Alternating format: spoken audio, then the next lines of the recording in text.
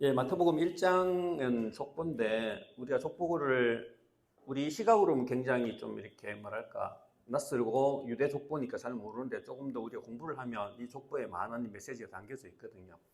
사복음서의 족보가 대표적으로 나오는 것이 마태복음 1장하고 누가복음에 나오잖아요. 좀 차이가 있거든요. 있는데 마태복음 족보는 이제 위에서부터 내려오죠. 아브라함과 다윗의 자손 예수 그리스도의 계보가 이렇게 되고 누가복음에 가면 밑에서부터 올라가거든요. 어디까지? 아담까지 올라가거든요. 그 차이가 또 차이는 뭐냐면 여기서만 다윗의 자손 예수 그리스도 이렇게 나오잖아요. 그러니까 뭐냐면 마태복음에서 첫 구조는 되게 중요하거든요. 항상 글의 첫머리는 중요한데 여기 예수 그리스도를 소개할 때 아브라함과 다윗의 자손의 관점에서 설명하는 거죠. 그런데 누가복음은 이제 예수 그리스도를 설명할 때 즉 아담까지 올라가거든요. 누가복음 3장이면 어디서 놓냐 하면 자 3장 23절 한번 볼게요. 3장 23절. 자, 예수께서 가르치심을 시작하실 때에 30세쯤 되시니라. 사람들이 아는 대로는 요셉의 아들이니 요셉의 위는 헬라요, 그 위는 맞다요, 그 다음에 레이요 이렇게 나오잖아요. 그러니까 뭐냐면 예수님부터 요셉 이렇게 맞다 그 위로 올라가는 거죠. 쭉 어디까지 가냐 그러면 마지막 절 한번 볼까요? 4장 38절. 그 위는 에노스요, 그 위는 셋이요, 그 위는 아담이요, 그 위는 하나님이다 이렇게 나오죠. 그리고 마태복음은 아브라함에서 쭉 내려오는데 지금 누가복음 밑에서 올라가는데 어디게 가냐면 아담까지 올라가는 거죠. 아담 위에 뭐냐? 하나님까지 가는 거죠. 그게 무슨 말이에요? 예수님이 인간적으로는 아담의 후손으로 왔지만은 더 중요한 것은 하나님의 그 위에 하나님이 있으니 하나님부터 왔다는 거죠. 그러니까 누가복음의 이 복음의 범위가 넓어지는 거죠. 그래서 마태복음에는 아브라함과 다윗의 자손이니까 예수님이 아브라함과 다윗의 관점에서 설명을 해나가는 거고 누가복음은 아담이니까 처음 하나님께 창조하셨던 거기부터 가는 거죠. 모든 인류를 포함하는. 그래서 누가복음의 대상은 모든 사람이 들어야 할 복음이다. 이걸 이제 족보를 통해서 얘기하고 있는 거죠. 자, 그렇게 아시면 이제 도움이 되고 족보가 많이 나오고 역대하 상하에 많이 나오잖아요. 그죠? 굉장히 족보가 많이 나오잖아요. 근데 그것도 여러분들이 자세히 분석해 보시면 유대인들이 썼던 관습을 보면 그 족보 안에 숨겨진 메시지가 있는 거예요. 그러니까 모르면 그래도 제일 재미없죠. 누구 놓고 가는데 그걸 자세히 살펴보면 족보 안에 담고 있는 무궁무진한 하나님의 그 뜻이 담겨져 있는 거죠. 그 중에 한 개가 이제 마태복음 1장인데 자, 족보를 읽을 때 중요한 거는 뭐냐 하면 좀 특이한 거 잘 보셔야 돼요. 그냥 평범하게 가다가 어느 정도 딱 이렇게 끊어지고 좀 특이한 게 보이거든요. 그럼 거기서 뭐냐 하면 주의를 기울이라 이런 뜻이거든요. 2절부터 보면 아브라함이 이삭을 낳고 이삭은 야곱을 낳고 야곱은 유다와 그 형제를 낳고 이렇게 나오잖아요. 그게 뭐냐면 아버지와 아들이 이렇게 낳고 가는데 잘 놓다가 2절에 보면 야곱은 유다와 그의 형제들을 낳고 이렇게 하잖아요. 그 앞에는 보면 뭐냐면 아브라함은 대표적인 사람을 낳는데 여기는 야곱은 유다를 낳고 이렇게 안 하고 유다와 그의 형제들을 낳고 좀 달라지죠. 그럼 이게 밑줄 쳐놔야 되는 거죠. 이게 좀 다르네.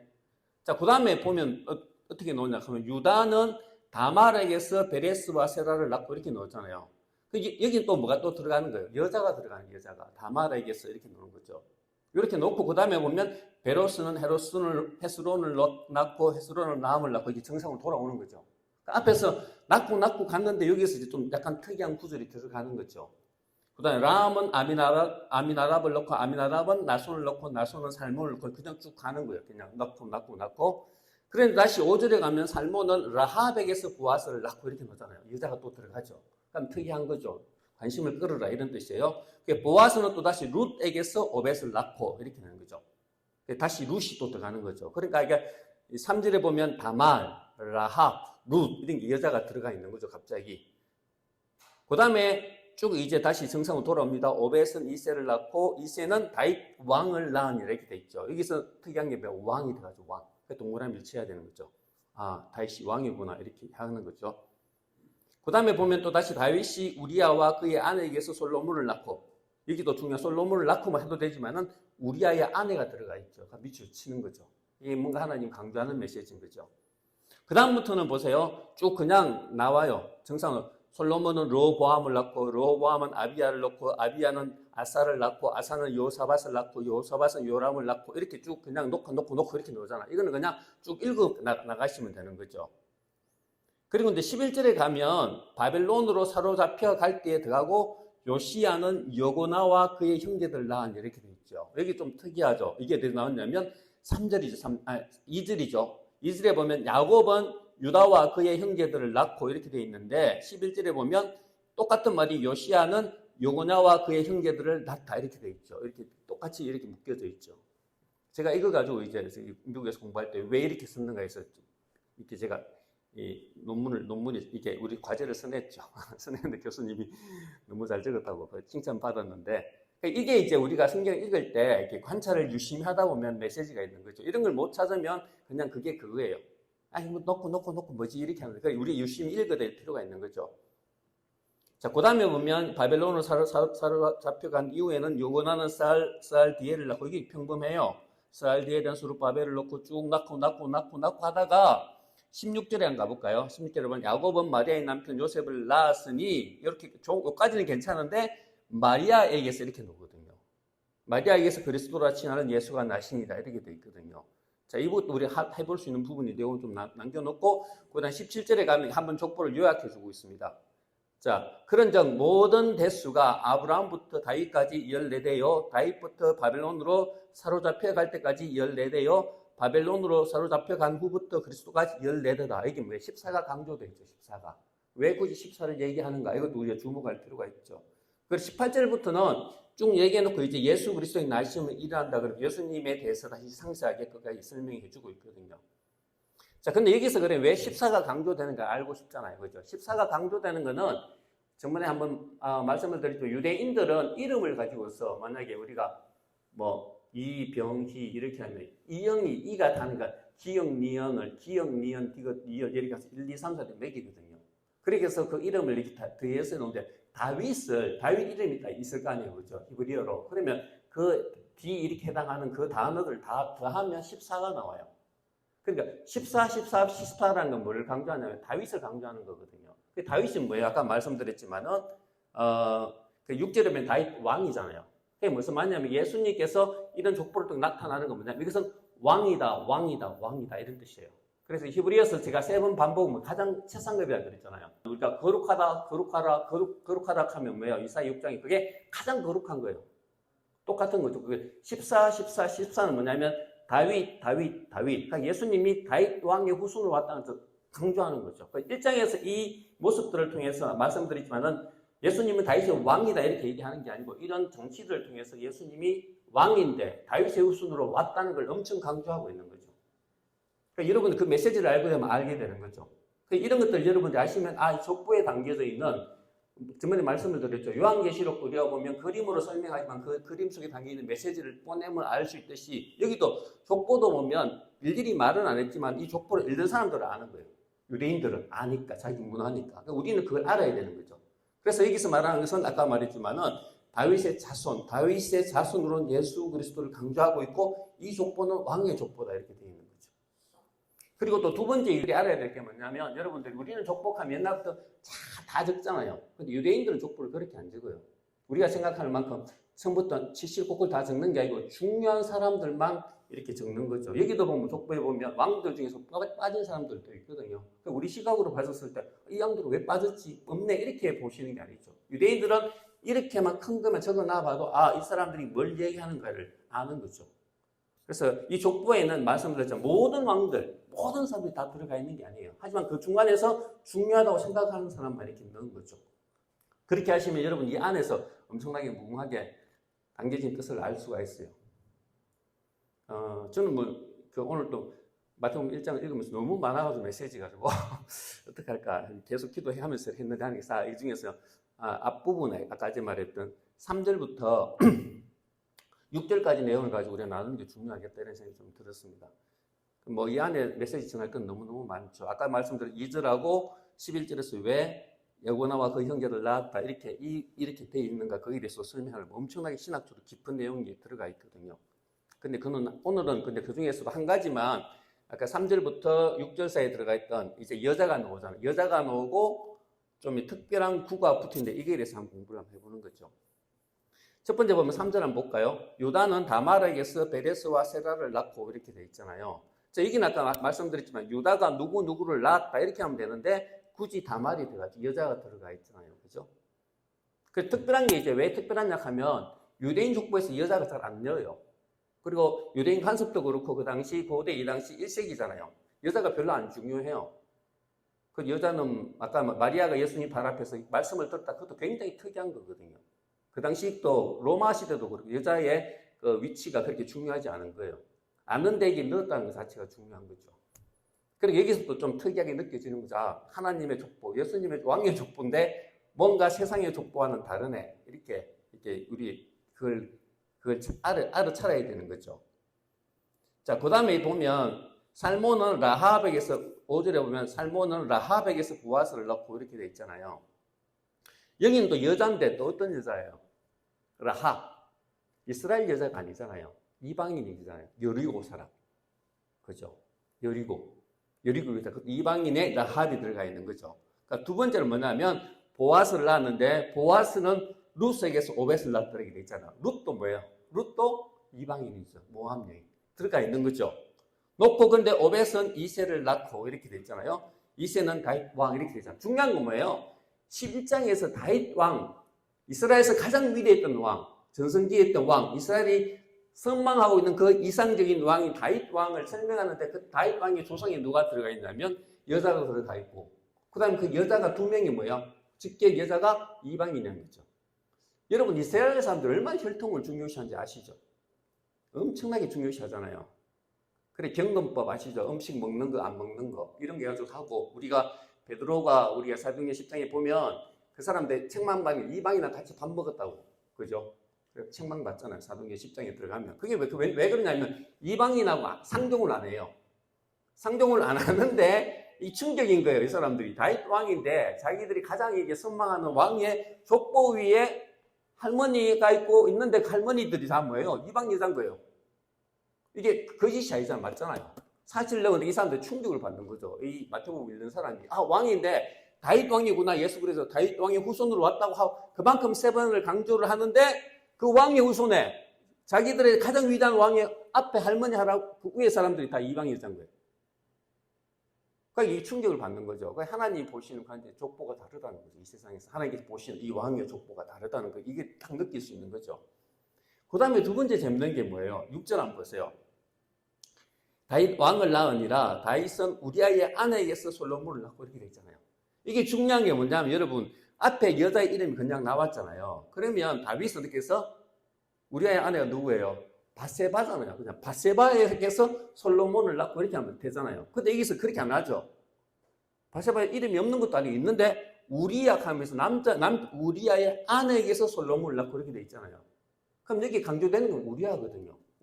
바세바가 중요한 게 아니고 여기는 우리아가 중요한 거죠. 그러니까 여러분 이 족보를 보면 우리 하나님이 저는 이거 보면서 이게 느껴지죠. 하나님 숨기지 않으시는 거죠.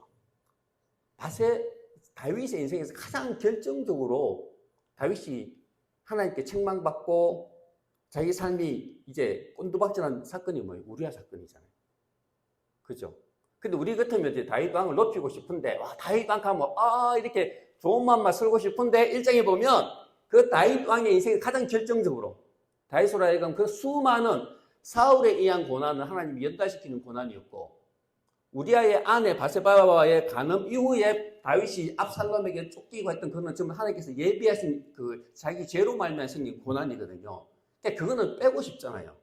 우리가 안 그래서 쓴 사람을 칭찬하는 족보를 쓰는데 그거 빼고 하고 싶은데 그걸 여기다 넣은 거예요. 그죠? 우리야 이렇게 넣은 거죠. 이게 뭐예요? 하나님에게 공평하신 거예요. 좋은 것만, 성경은 좋은 것만 쓰는 게 아니라 사람의 있는 모습 그대로 적어 놓는 거예요.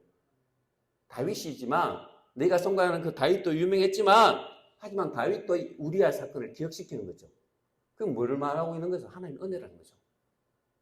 나단 선지자가 찾아가잖아요. 한번 볼까요? 우리가 찾아보면 좋은 것 같아요. 사무엘하 12장 1절. 네, 사무엘하 12장 1절.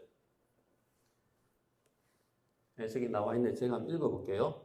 여호와께서 나단을 다윗에게 보내시리니 그가 다윗에게 가서 그에게 이르되 한 성읍에 두 사람이 있는데 한 사람은 부하고 한 사람은 가난하니 그 부한 사람은 양과 소를 심히 많으나 가난한 사람은 아무것도 없고 자기가 사서 기르는 작은 암양 새끼 한 마리뿐이라. 그 암양 새끼는 그와 그의 자식과 함께 자라며 그가 먹는 것을 먹으며 그의 잔으로 마시며 그의 품에 누움으로 그에게는 딸처럼 되었거늘. 이렇게 돼 있죠. 어떤 행인이 그 부자에게 오매 부자가 자기에게 온 행인을 위하여 자기의 양과 소를 아껴 잡지 아니하고 가난한 사람의 양새끼를 빼앗아다. 이게 중요합니다. 빼앗아다가 자기에게 온 사람을 위하여 잡았나이다 하니. 자, 이게 뭐냐면 나단이가 이런 비유를 하잖아요. 왜 이런 비유를 했겠어요? 다윗이 그 정도로 지금 사무엘하 7장에 다윗 언약을 맡기고 난 뒤에 계속 부흥을 하거든요. 다 잡아먹거든요. 최고로 상태에서 우리아 사건이 발생한 거예요. 나단이 얘기를 하는데 그냥 얘기하니까 다윗이 어떻게 해서 두려울 거 아니에요. 그러니까 빈 얘기를 돌리는 거죠. 남의 얘기인 줄 아는 거죠. 자기 얘기인 줄. 그러니까 다윗이 열을 받잖아요. 그래서 보면 5절에 보면 다윗이 그 사람으로 말미암아 노하여 나단에게 이르되 여호와의 살아계심을 두고 맹세하노니 이 일을 행한 그 사람은 마땅히 죽을지라. 죽여버린다 이 뜻이죠. 그가 불쌍히 여기지 아니하고 이런 일을 행하였으니 그 양새끼를 4배나 갚아 주어야 하리라 한지라. 이렇게 얘기하죠. 근데 이제 7절에 나단이 전국을 찌르죠. 나단이 다윗에게 이르되 당신이 그 사람이다. 이거죠. 이게 중요한 거죠. 그런데 이게 중요한 건 뭐예요? 당신이 그 사람이라 하면 만약에 다윗이 그 사람이면 다윗 같은 그 사람 죽였을 거예요. 그잖아요. 자기가 죽인다 그랬잖아요. 4배 갚아준다 그랬잖아요. 그렇게 해놓고 난 뒤에 이스라엘의 하나님 여호와께서 이와 같이 이르시기를 내가 너를 이스라엘의 왕으로 기름 붓기 위하여 너를 사울의 손에서 구원하여 내고 계속 얘기해 주고 있는 거예요. 내 주인의 집을 내게 주고 내 주인의 아내들을 내 품에 두고 이스라엘과 유다 족속을 내게 맡겼느니라. 만일 그것이 부족하였을 것 같으면 하나님 마음이에요. 내가 내게 이것저것도 더 주었다. 다 줬단 말이야. 다 주고 더 주었을 것인데 너는 부자다 이 말이야. 하나님 앞에서. 주었을 것인데 그러한데 9절이죠. 어찌하여 내가 여호와의 말씀을 업신여기고 이게 중요한 거죠. 그냥 자기는 우리아를 죽였다고 했는데 하나님께서는 우리아 죽인 사건을 그냥 우리아 죽인 사건을 보는 게 아니에요. 네가 나의 말을 업신여겼다는 거죠. 말씀을 업신여기고 나보기에 악을 행하였느냐. 내가 칼로 햇사람 우리아를 치되 암몬 자손의 칼로 죽이고 물론 이때 모압 장군이가 셌어요. 근데 그 모든 일이 다윗 네가 할까 이 말이야. 다윗 네가 모압 자손의 손으로 죽이고 그의 아내를 빼앗아 내 아내로 삼았다. 이렇게 돼 있죠. 이제 내가 나를 업신여기고 햇사람 우리아의 아내를 빼앗아 내 아내로 삼았음저 칼이 내 집에서 영원토록 떠나지 아니하리라 하셨고 이거거든요. 압살롬의 반란 이것 때문에 일어나는 거죠. 그대로 하나님께서 대갚아 주시는 거죠.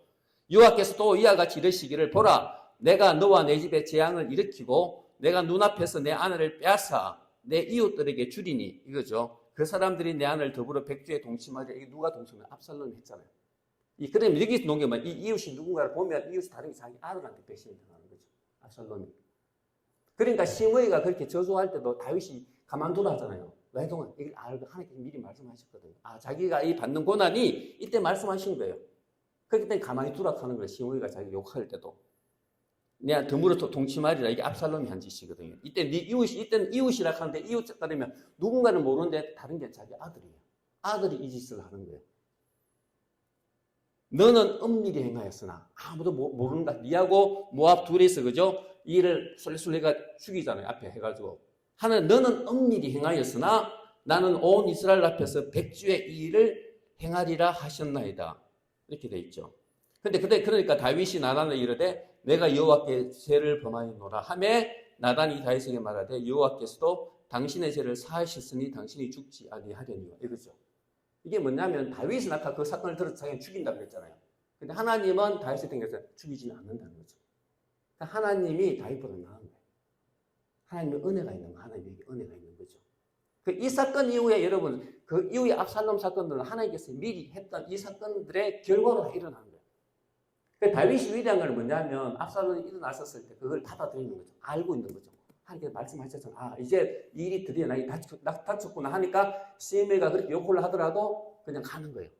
왜? 시므이를 통해서 하나님께서 말씀하시면 듣는 거예요. 이 말씀을 듣는 거예요. 다윗이 위대한 게 그런 거예요. 근데 하나님은 다윗보다 더 위대하시죠. 죽이지 않는다. 이렇게 얘기하잖아요. 그래서 그때 이때 애가 죽죠. 첫 번째 애가 그죠. 죽고 난 뒤에 가는 거죠. 그래서 이 사건이 다윗의 가장 아픈 사건이거든요. 10편 51편 보면 그 처절한 기도하는 거잖아요. 내 마음을 깨끗하게 씻어달라고 얘기를 하잖아요. 그 아픈 그 사건을 이쪽에 이제 마태복음에 적어 놓는 거죠. 우리 같으면 뺄 것 같은데 하나님은 마태복음 1장 이거 우리아의 아내 그냥 바세바 그러면 우리아가 딱 들어가는 거죠. 하나님이 이게 무슨 말이냐면 헷 사람은 용병이거든요. 이스라엘 사람이 아니에요. 전투를 위해서 사람들이 돈을 가지고 우리 돈을 가지고 고용한 사람인데 우리가 얼마나 신실해요. 들어가라 해도 못 들어간다 해도 안 들어가잖아요. 근데 하나님 기억하시는 거예요. 하나님. 이스라엘 백성만 기억하시는 게 아니고 충성된 그 사람을 기억하고 있는 거죠. 이방 사람이지만. 그것 때문에 하나님께서 이게 우리아를 넣고 있는 거죠. 하나님의 신실한 사람. 그 사람. 이게 들어가 있는 거죠. 두 번째 우리가 생각해 볼게요. 라합이잖아. 라합을 생각하면 어떤 거겠어요? 라합이 생각하면 우리가 그 요수아 2장인데 한번 좀 볼까요? 요수아 2장에 이제 정탐꾼을 섬겨준 거 있는데 그 당시에 이제 하나님께서 여리고성에 대해서 명한 게 있거든요. 그게 더 중요하죠. 일단은 이 라합이 한 걸 보면 요수아 2장 3절부터 한번 읽어볼게요. 3절 읽고 그 다음 좀 읽어볼게요. 일단은 우리가 잘 아는 거. 여리고 왕이 라합에게 사람을 보내어 이르되 내게로 와서 내 집에 들어간 그 사람들을 끌어내라. 그들은 온 땅을 정탐하러 왔느니라. 이렇게 얘기를 하잖아요. 근데 숨겨주죠. 8절에 가볼까요? 이렇게 얘기했는데 8절에 보면 또 그들이 눕기 전에 라합이 지붕에 올라가서 그들에게 이르러 지붕에 숨겨주잖아요. 그리고 정탐꾼이 이렇게 얘기해요. 말하되 여호와께서 이 땅을 너희에게 주신 줄을 내가 안다. 이게 엄청난 거죠. 자기 땅이 이 땅을 너희에게 주신 줄 알라. 우리가 너희를 심히 두려워하고 이 땅 주민들이 다 너희 앞에서 간담이 녹는다. 이렇게 돼 있죠. 여리고는 난공불락의 성이에요. 믿음의 눈이 없으면 그냥 여리고를 건너가잖아요. 건너가고 또 요단강이 있지만은 여리고에서 문을 닫고 있으면 못 넘어가요. 그리고 만약에 이 사람들이 치고 나가면 이스라엘 백성들 패배하면 뒤로 물러서면 요단강이 다 빠져버려요. 그러니까 우리가 생각해보면 믿음이 없으면 생각해보세요. 그 사람들이 문만 닫고 있었잖아요. 문만 닫고서 못 넘어가 이스라엘 백성이. 그러니까 인간적으로 생각하면 믿음이 없이 생각하면 신고하는 게 맞는 거죠. 신고하게 맞는 거 자기는 문만 닫고 있으면 되는 거죠. 근데 라합은 그렇게 생각하지 않은 거죠. 왜? 이미 너희 때문에 두려워하고 이 땅사 모두 간담이 녹았다. 이렇게 얘기하고 난 뒤에 애원을 하잖아요. 그래서 이미 믿음으로 반응을 하는 거예요. 믿음으로 반응을 하고 있는 거죠. 11절로, 자, 10절에 보면 이걸 듣고 소문이 그 당시에 나고 있었던 거죠. 이스라엘 백성이 갔던 거리. 왜냐하면 10절에 보면 이는 너희가 애굽에서 나올 때에 여호와께서 너희 앞에서 홍해물을 마르게 하신 일과 너희가 요단 저쪽에 있는 아모리 사람과 두 왕 시온과 옥에게 행한 일, 곧 그들을 전멸시킨 일을 우리가 들었다. 그러니까 우리가 모르지만은 하면서 이미 이스라엘 이 사건 해는 게 온 그 가나안 땅에 다 퍼졌는 거예요. 다 퍼져 있는 걸 알 수 있는 거죠. 그 11절에 보면 우리가 듣자 곧 마음이 녹았고 너희로 말미암아 사람이 정신을 잃었나니 너희의 하나님 여호와는 위로는 하늘에서도 아래로는 땅에서도 하나님이시라. 이렇게 되어 있는 거죠. 그러니까 이게 도와달라는 거죠. 자, 그래 보면 12절에 보면 그러므로 이제 청하노니 내가 너희를 선대하였은즉 너희도 내 아버지의 집에 선대하도록 여호와로 내게 맹세하여 내게 정표를 달라. 그리고 나의 부모와 나의 부모 형제와 그들에게 속한 모든 사람을 살려주어 우리 목숨을 죽음에서 건져내라. 이렇게 돼 있죠. 6장에 가면 하나님께서 말씀하신 게 있어요. 보세요. 6장 15절. 6장 15절. 일곱째 날이죠. 보세요. 일곱째 날. 6장 15절 들어가면 자, 읽어볼게요. 일곱째 날 새벽에 그들이 일찍 일어나서 전과 같은 방식으로 그 성을 7번 도니 그 성을 7번 도기는 그날뿐이더라. 7번째에 제사장들이 나팔을 불 때에 여호수아가 백성에게 이르되 외치라 여호와께서 너에게 이 성을 주셨느니라. 이렇게 돼. 그 다음부터 나와요. 이게 중요한 거예요. 이 성과 그 가운데 있는 모든 것은 여호와께 온전히 바치되게 해요. 여호와께 온전히 바치되 이게 뭐냐면 히브리어로 헤렘이에요. 헤렘은 뭐냐면 전멸이에요. 전멸. 한 개도 남기지 말아요. 한 개도. 그래서 나중에 보면 이게 뒤에 보면 아간이 숨기잖아요. 그것 때문에 이제 아이성에서 패하잖아요. 한 개도 전멸이에요. 전멸. 그러니까 하나님께서는 이 여리고성에 대해서는 보통 가면 아이는 살려두고 물은 살려두고 하는데 이게 전멸이거든요. 전멸. 하나님의 계획이 전멸인데 중요한 건 기생 라합과 그 집에 동거하는 자를 모두 살려주라. 이는 우리가 보낸 사자들 그가 도와주었다. 이렇게 되어 있는 거죠. 그래서 보면 18절에 보면 너희는 온전히 전멸시키되 그 바친 것 중에 어떤 것이라도 취하여 너희가 이스라엘 진영으로 바치는 것이 되게 하여 고통을 당하게 되지 않도록 오직 너희는 그 바친 물건에 손대지 말라. 이렇게 되어 있죠. 그래나 놓고 어떻게 마지막에 이 여리고에 대한 저주가 나와요. 자, 26절에 보면 26절 한번 볼게요. 여호수아가 그때 맹세하여 이르되 누구든지 일어나서 이 여리고성을 건축하는 자는 여호와 앞에서 저주를 받을 것이라.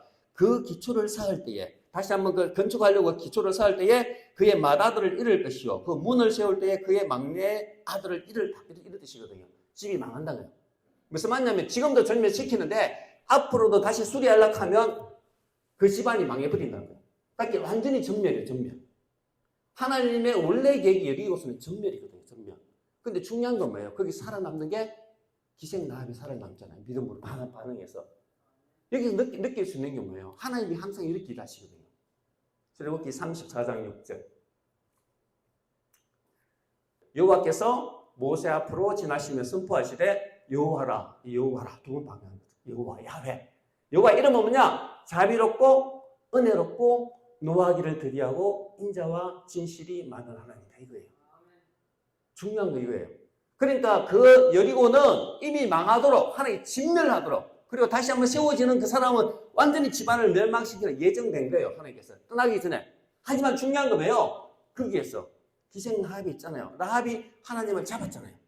하나님을 잡으니까 기생 라합은 살아나는 거예요. 왜? 하나님께서 그 모든 걸 계획했었다. 자기를 진정으로 찾고 인정하는 사람에게는 은혜를 베푸시는 거예요. 이게 중요한 거죠. 사람이 보아스의 어머니가 되는 거죠.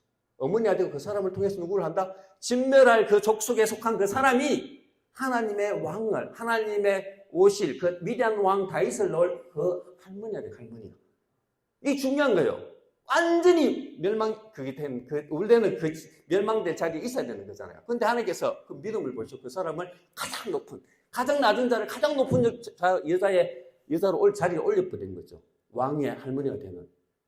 또 룻도 한번 볼까요? 룻도 보면 사사기죠. 사사기와 룻기는 저번에 말씀드렸죠. 사사기는 절망의 시거든요. 사사기 마지막 한번 볼게요. 사사기의 요점은 사사기 이 마지막 절 한 절에 돼 있죠. 사사기 21장 25절. 그때에 이스라엘의 왕이 없으므로 사람이 각기 자기의 소견에 오른 대로 행하였더라. 이거거든요. 이게 계속 반복돼요.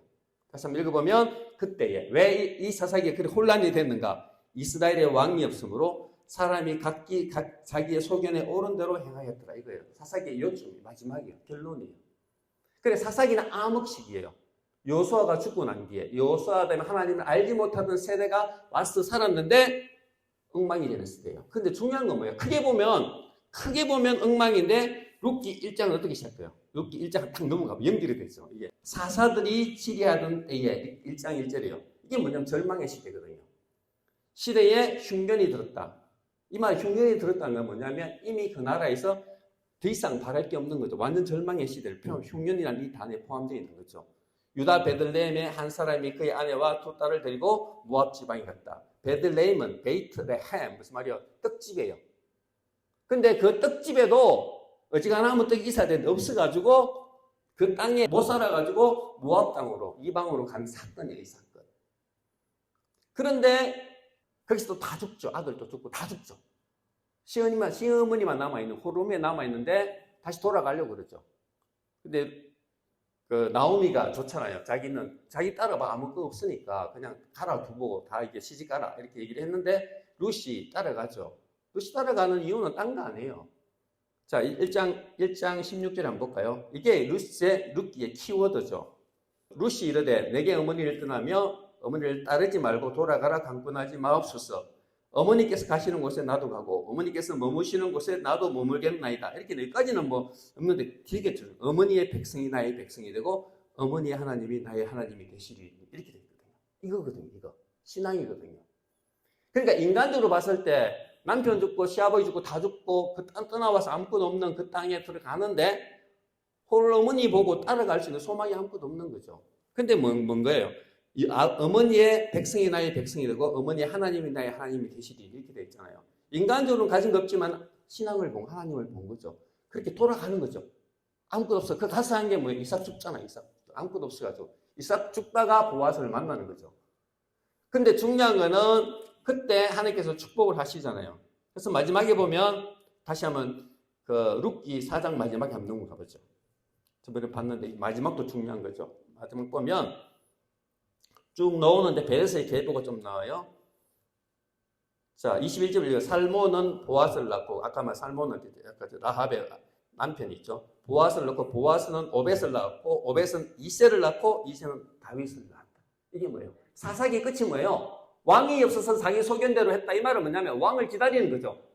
가장 궁극적인 왕은 하나님이지만 하나님께서 왕 예배하셨던 그 왕은 다윗이거든요. 근데 이게 뭐예요? 이새가 다윗을 낳았다 이렇게 되는 거죠. 그러니까 다 똑같은 거예요. 첫 번째는 라합, 아무도 없던 그 사람을 통해서 보아스의 어머니가 되게 하잖아요. 두 번째는 뭐예요? 아무것도 없는 이 여자.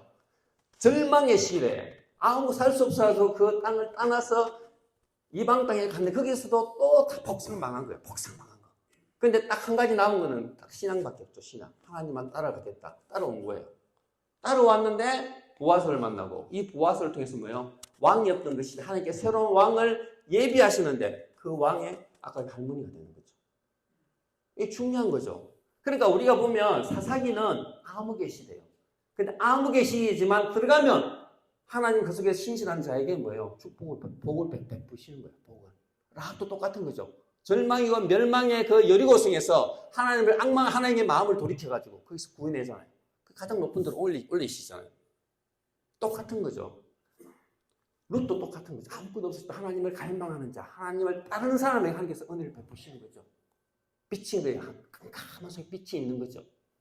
우리가 성서를 알면 절망하는 게 아니라 시대를 탓하는 게 아니라 그 믿음이 없는 사람이에요. 눈에 보이는 대로, 귀에 들리는 대로 하는 거는 믿음이 없어서 누구나 할 수 있는 행동이에요. 근데 믿음이 있는 사람은 그렇게 보는 게 아니죠.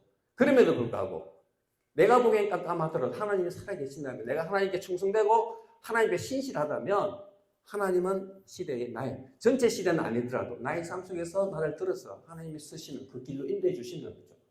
그걸 놓치면 안 되는 거죠. 근데 우리가 그걸 놓쳐버리면 시대 탓하고 뭐 하는 거는 아무런 의미가 없다는 거죠. 성경을 좀 보여주고 있다는 거죠. 마태복음도 어떤 시대입니까?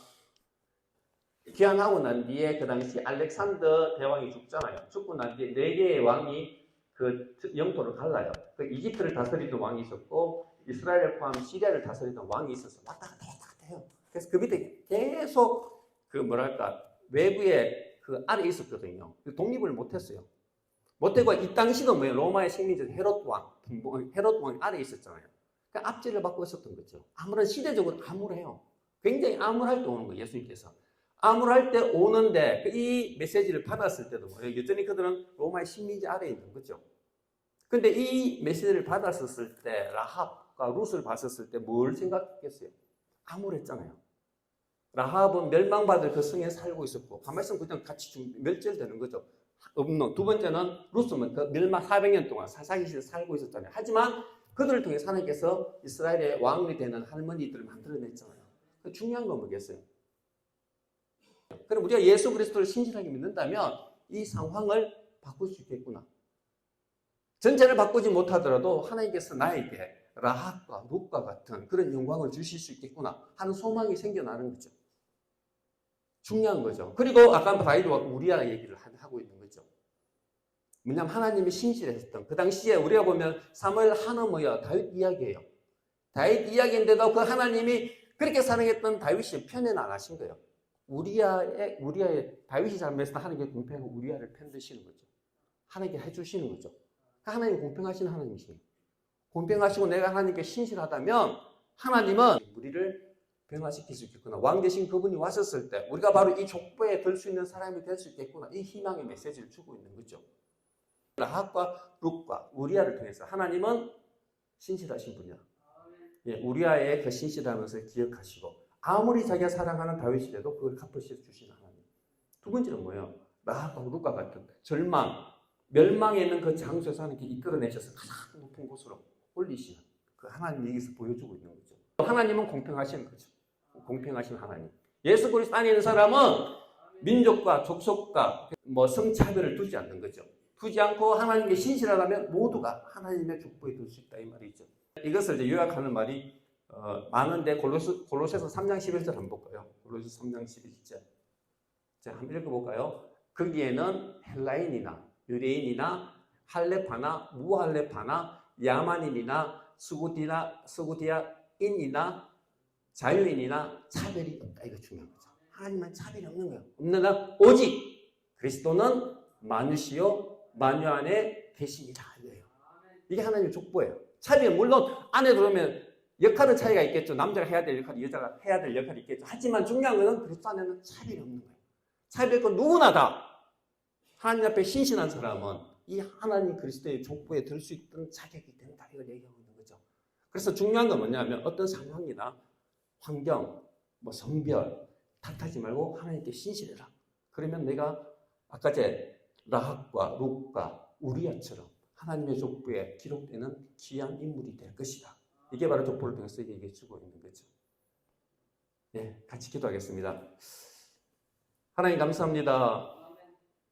이 땅에 왕으로 오셨지만은 하나님의 나라는 이 세상 나라와 다르고 모든 사람들에게 차별이 없는 그 하나님 나라를 이 시간 또 보게 됩니다.